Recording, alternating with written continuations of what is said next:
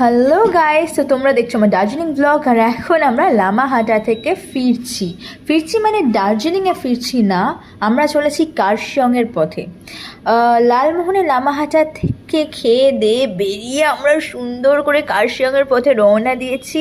আর আমাদের পরবর্তী গন্তব্যটা কিন্তু খুব ভয়ানক একটা জায়গা। হ্যাঁ, এই যে রাস্তাটা দেখছেন না, এই রাস্তাটা কিন্তু অসম্ভব খাড়া ছিল। এবং এই রাস্তাটা দিয়ে আমরা কোথায় পৌঁছালাম? আমরা পৌঁছালাম দ্য ডাউহিল স্কুলে। এই স্কুলটি কিন্তু হন্টেড বলে জানা যায়, যদিও এখানে বাচ্চারা পড়ে, কিন্তু এই স্কুলটি বলা হয় হন্টেড। আর এই স্কুলটার থেকে একটু এগোলে ডাউহিল ফরেস্ট কিন্তু এশিয়ার one of the most haunted প্লেসের মধ্যে জানা যায়। এবং এর কাছাকাছি ডাউহিল গ্রেভিয়ার্ডও আছে।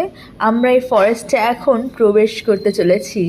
একটা অদ্ভুত অনুভূতি হচ্ছে, চারিদিকে কীরকম একটা মানে অদ্ভুত ভেজা ভেজা সোদা সোদা গন্ধ বেরোচ্ছে। মানে ওই গন্ধটা শুকেই মানে বলা যায় গায়ের লোম খাড়া হয়ে যাচ্ছে।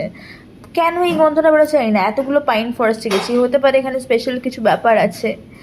শোনা যায় এখানে নাকি একটা বাচ্চা ছেলে মারা গেছিল, এবং তারপর থেকেই এই জায়গাটা হন্টেড। ডাউহিল নিয়ে যদিও আরও অনেক কাহিনী আছে, সেগুলো একদিন পরে নিশ্চয়ই একটা ভিডিও করে বিস্তারে আলোচনা করবো। আমরা শেষ পর্যন্ত ডাউহিলে এসেছি। Most haunted heritage place of India. Yes,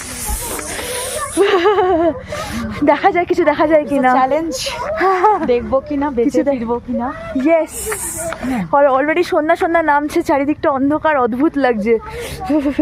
একটা অদ্ভুত স্মেল আসছে, অদ্ভুত সোদা গন্ধ।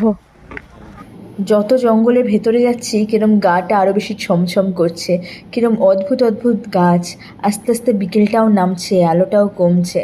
যদিও এখানে কিছু টিমটিমে চায়ের দোকান, মোমোর দোকান আছে, কিন্তু আমরা এবার ফেরার পথে যাব, কারণ আজকে তো ট্রেনও ধরতে হবে। তাই টাটা, বাই বাই ডাউহিল।